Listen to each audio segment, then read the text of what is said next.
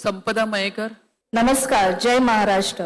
ज्यांच्या आशीर्वादामुळे मला प्रथमच माझ्या 220 प्रभागातून नगरसेविका होण्याचा व या सभागृहात बसण्याचा सन्मान मिळाला ते महाराष्ट्राचे आराध्य दैवत छत्रपती शिवाजी महाराज, हिंदू हृदय सम्राट श्रीमान बाळासाहेब ठाकरे यांना विनम्र अभिवादन.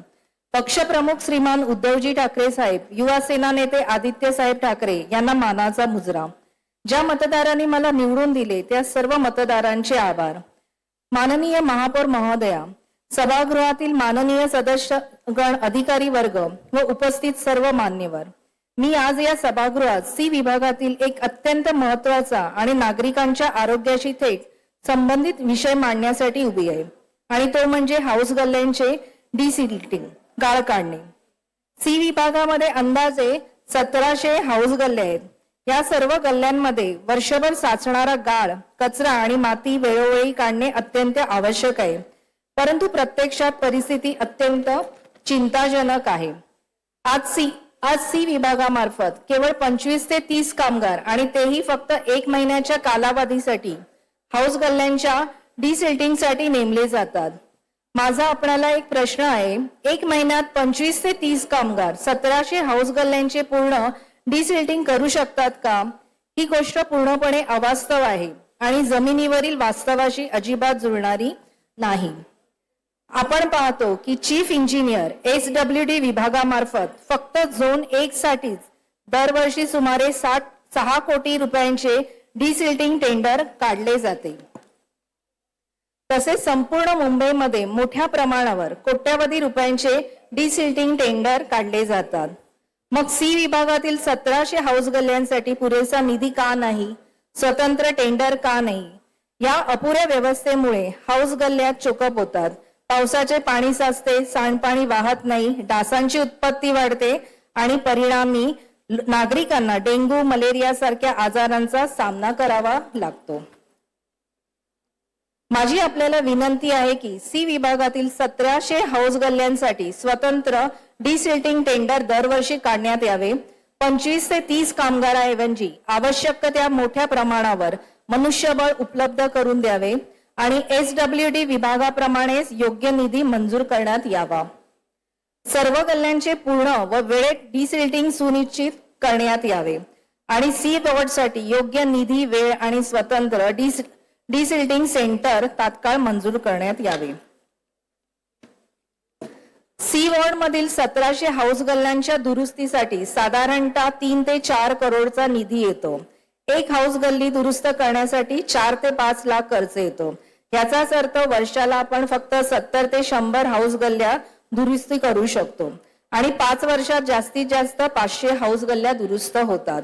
मग उरलेल्या 1200 हाऊस गल्ल्या एवढ्या कमी निधीत कशा दुरुस्त करायच्या?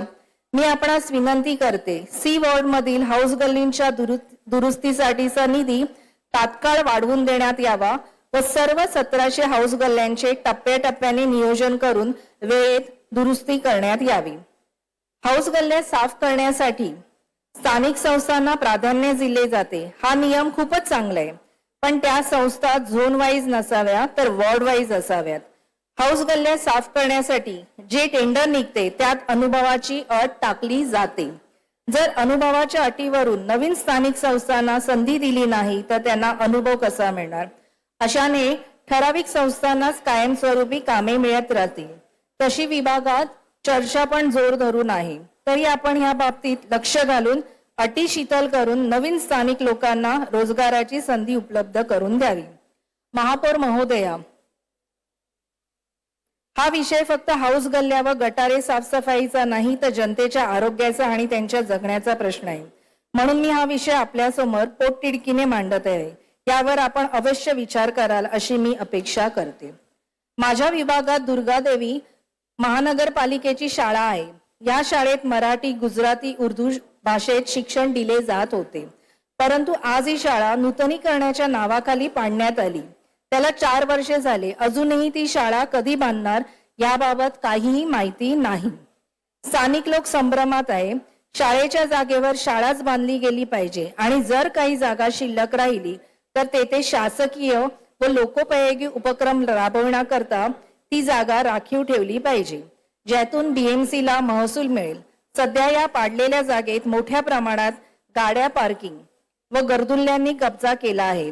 दुर्गादेवी शाळेकरिता विशेष निधी उपलब्ध करून आपण स्वतः तेथे शाळा बांधावी अशी विभागातील लोकांची मागणी आहे. आमच्या भागात प्राचीन नळ बाजार आहे, ज्याचे नाव मिर्झा गालिब मंडई आहे. या मंडईसाठी बजेट पास झाले, परंतु आजही तेथे मूलभूत सुविधा उपलब्ध नाही. मंडईला सुरक्षा गेट नाहीत, त्यामुळे तेथे गरजुल्ल्यांचा अड्डा बनला आहे. तेथील ग्राहक आणि विक्रेते असुरक्षित आहेत. वेळोवेळी स्वच्छता होत नाही. विचारपूस केली असता असे समजते की बीएमसीचा कर्मचारी वर्ग खूपच अधुरा आहे. हेल्प पोस्ट दुसरी टंकन रोड कुंभारवाडा येथे महानगरपालिकेचा दवाखाना होता. दुरुस्ती नूतनीकरणाच्या नावाखाली तो पाडण्यात आला. आता तेथे पत्र्याचे लोखंडी कंटेनर टाकून दवाखाना सुरू करण्यात आले. आज तेथे MBBS डॉक्टर बसतात, रुग्ण येतात, त्यांना पत्रे तापल्यामुळे त्रास होतो. तेथे सुरक्षा रक्षकही नाही. आज आमच्या विभागात एकही मॅटर्निटी होम नाही. म्हणून मी आपणास विनंती करते की हे कंटेनर काढून तेथे सुसज्ज व सर्व सुविधांयुक्त या दवाखान्यासोबत मॅटर्निटी होम किंवा डायलिसिस सेंटर सुरू करण्यात यावे. त्याकरता या बजेटमध्ये आपण विचार करायला पाहिजे.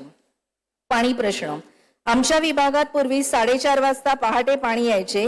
5 वाजेपर्यंत सुरळीत होऊन 6 वाजता ते रहिवाशांना मिळायचे. आता 5 वाजता बारीक धारेने पाणी यायला सुरू होते, ते 5:30 ला कमी दाबाने सुरळीत येते व 6 वाजता जाते. बऱ्याच ठिकाणी सुरुवातीचे पाणी गढूळ दूषित येते. विभागात जलाशय टाकी आहे, त्यातून कामाठीपुरा व कुंभारवाडा या 2 विभागांना पाणी पुरवठा होतो. सी वॉर्ड मधील पाणी खात्यातील अधिकाऱ्यांशी चर्चा केली आणि त्यानुसार आपणास विनंती करते, केवळ सी विभागासाठी भंडारवाडा हिल जलाशयातून पाण्याची लाईन देण्यात यावी. येथील पाण्याचा पुरवठा 105 मिलियन लिटर पेक्षा कमी नसावा. MHR मधील पाण्याचा पुरवठा 255 मिलियन लिटर पेक्षा कमी नसावा. जुने अवजड वॉल चेक करून नवीन वॉल बसविण्यात यावे.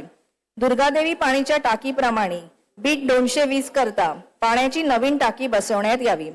पाणी पुरवण्यात येणारी वेळ सकाळी व संध्याकाळ मध्ये विभागून देण्यात यावी, ज्यामुळे विभागातील पाण्याचा प्रश्न मार्गी लागेल. बेस्ट बस सेवा मनपा मुख्यालयात येण्याकरता gateway of India, Saifee hospital, Charni road station, Jaslok hospital, KEM hospital, Kasturba hospital येथे जाण्याकरता आमच्या विभागातून बसेस नाहीत. पूर्वी 130, 72, 73, 65, 101 या बसेस मधून वरील ठिकाणी पोहोचता येत होते. या बस सेवा लवकरात लवकर सुरू कराव्यात ही विनंती.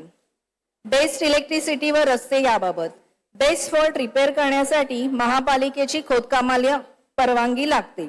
वॉर्ड कडून त्यांच्या अखत्यारीत असलेल्या रोडसाठी परवानगी मिळते, पण कॉन्क्रीट रोडसाठी चीफ इंजिनियर रोड यांची परवानगी लागते. वॉर्ड कडून प्रपोजल बनवून ते त्यांच्याकडे पाठवले जातात. त्यांनी परवानगी दिली तर वॉर्ड खोदायला परवानगी देते. रोड डिपार्टमेंटने परवानगी नाही दिली तर फॉल्ट रिपेअर करता येत नाही आणि त्याचा इफेक्ट इतर केबलवर होऊन त्या केबलचा फॉल्ट येण्याची शक्यता वाढते आणि एकाच नेटवर्क मध्ये जास्त फॉल्ट असल्यास नेटवर्क पूर्ण फेल होऊ शकते. तसेच 11,000 वोल्ट आणि 33,000 वोल्ट केबल मोठ्या एरियाला सप्लाय करत असतात. त्यांचे फॉल्ट ताबडतोब रिपेअर करायला पाहिजे असतात, परंतु परवानगी अभावी करता येत नाही. फॉल्ट रिपेअरिंग साठी लागणाऱ्या परवानग्या ताबडतोब एकाच ठिकाणी दिल्या गेल्या पाहिजेत.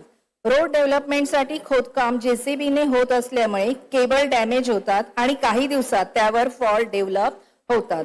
केबलचे प्लॅन बेसने अगोदर दिलेले असतात, पण खोदकाम करताना केबलची काळजी घेतली जात नाही. वाचलं काय? थांबा ना.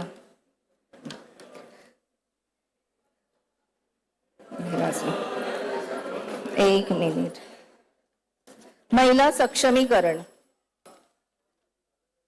आज BMCच्या माध्यमातून महिला बचत गट चालवण्यात येतो. यात महिलांना व्यवसाय करण्यासाठी काही शिवणकाम, कुकिंग क्लास तसेच मेहंदी, ब्युटी पार्लरचे फ्री प्रशिक्षण दिले जाते.